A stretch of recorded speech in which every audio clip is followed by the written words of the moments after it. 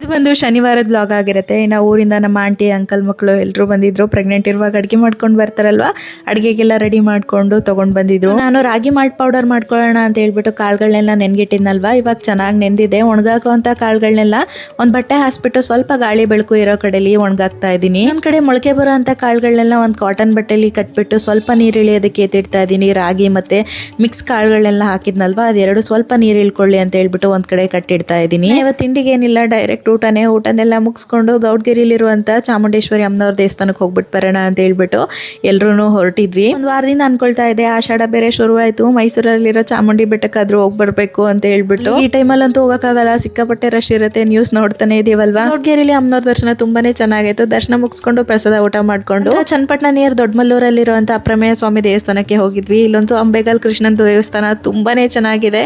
ಯಾರೆಲ್ಲ ನೋಡಿಲ್ಲ, ಒಂದ್ಸಲ ಈ ಕಡೆಗೆ ಬಂದಾಗ ಈ ದೇವಸ್ಥಾನ ಒಂದ್ಸಲ ವಿಸಿಟ್ ಮಾಡಿ. ತುಂಬಾನೇ ಚೆನ್ನಾಗಿದೆ ದೇವಸ್ಥಾನ ವಾತಾವರಣ ಮಾತ್ರ. ನಾವು ಸಂಜೆ ಹೋಗಿದ್ರಿಂದ ಈ ದೇವಸ್ಥಾನದಲ್ಲಿ ಅಷ್ಟು ಹೆಚ್ಚಾಗಿ ಜನ ಇರಲಿಲ್ಲ, ಪ್ರಶಾಂತವಾಗಿತ್ತು. ಅಲ್ಲೇ ಸ್ವಲ್ಪ ಹೊತ್ತು ಕೂತ್ಕೊಂಡಿದ್ದು ಕಡೆಗೆ ಬಂದ್ವಿ. ಇನ್ನ ಚನ್ನಪಟ್ಟಣ ಅಂತ ಹೇಳಿದ್ರೆ ಗೊಂಬೆಗಳಿಗೆ ಫೇಮಸ್ ಅಂತ ಹೇಳ್ಬೋದು. ಅಲ್ಲೇ ಸುಮಾರಷ್ಟು ಗೊಂಬೆಗಳನ್ನ ಇಟ್ಟಿದ್ರು, ಅದನ್ನೆಲ್ಲ ನೋಡ್ಕೊಂಡು ವಾಪಸ್ ಹೊರಟ್ವಿ. ನಾ ಈ ಪೂರ್ತಿ ವ್ಲಾಗ್ ನನ್ನ ಯೂಟ್ಯೂಬ್ ಚಾನಲ್ ಅಲ್ಲಿ ಅಪ್ಲೋಡ್ ಆಗಿದೆ, ಸಮಯ ಇದ್ರೆ ಒಂದ್ಸಲ ಚೆಕ್ ಮಾಡಿ.